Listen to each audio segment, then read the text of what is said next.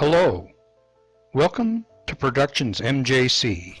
Flat Earther Mad Mike Hughes had to endure insults and teasings like, "The only thing we have to fear is sphere itself." And of course, is that right? Is that the right thing to do? No, I don't think so. That was a beautiful machine that was built. It actually worked like it was supposed to. There were some minor parts that didn't work the way they were supposed to. I do have footage of that. I will tactfully remove the actual moment of impact. It will be covered by a mask, an overlay mask that will cover that up. The sound is muted so that crowd reactions are not heard.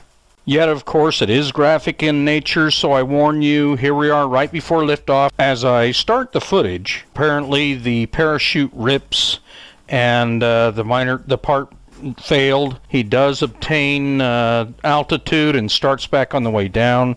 It is graphic, so I have masked out the moment of impact and, of course, replaced it with something appropriate for the occasion to mark the obvious gravity of the situation. I do fully expect some sort of a documentary about his life to come out. Perhaps they'll call it Gone in 20 Seconds.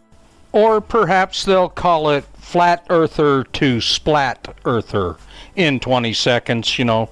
Unfortunately, he was strong in his convictions, even though the convictions were totally wrong.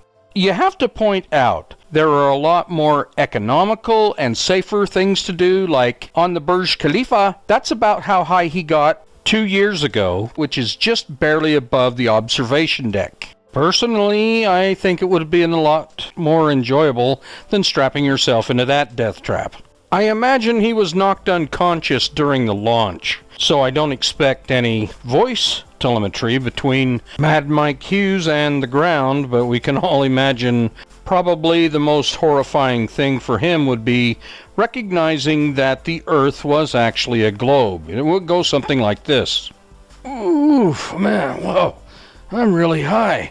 Wait a minute, wait, well, it is round. That means gravity is real. It's real. Or, of course, something to that effect. You know, we don't know really what happened to that beautiful machine.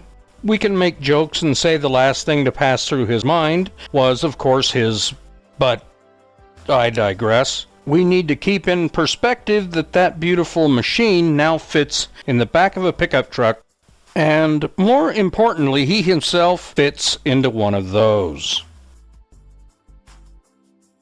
Thank you so much for watching. I really do appreciate it. This has been Productions MJC.